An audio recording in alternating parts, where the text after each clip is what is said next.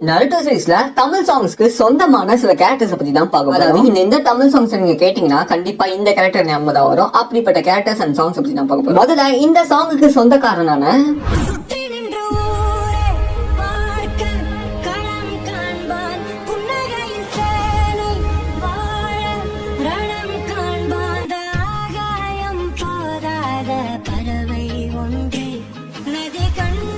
அடுத்ததா போர் கண்ட சிங்கம் சாங்க்கு பக்காவா சூட் ஆகுற ஒரே ஒரு ஆளு